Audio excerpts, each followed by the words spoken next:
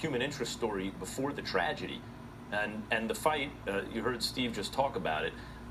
Normally I can tell when a fight needs to be stopped. This is a kind of ring tragedy style fight.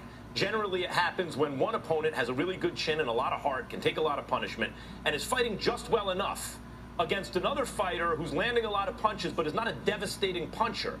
So there's no obvious moment for the referee to stop the fight. Normally, though, that's how these tragedies happen. They're not like second-round knockouts normally by one punch. It's an accumulation of shots with a fighter with too much heart for his own good. Normally, by the middle rounds, you can say, whoa, this is getting to be a dangerous fight. I never got the sense of that in this fight.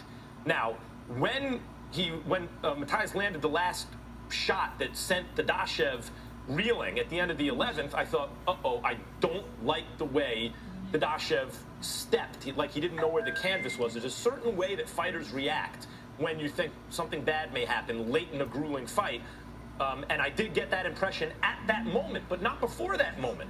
And in fact, right after that moment, the bell rang to end the 11th, and then McGirt stopped the fight.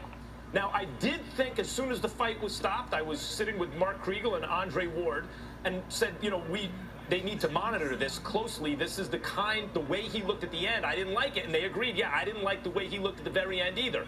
And sure enough, as is normally the case in ring tragedy kind of fights, he starts needing to be held up on his way back to the dressing room, which normally happens. It's not right after the end of the fight, but even sometimes in fights where a fighter's simply decisioned, in a kind of fight like that, he needs help walking, and then he feels nauseated, and then he starts vomiting blood.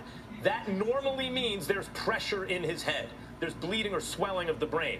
And that was the case in this instance. I don't think it was that they took too long to get him to the hospital, though I don't know. I don't think that there was any culpability in terms of, even though there wasn't a perfect moment to stop the fight, people, the ring doctor or the state commission or the corner or the ref did a bad job. I don't think that was the case. This is just one of those perhaps unavoidable consequences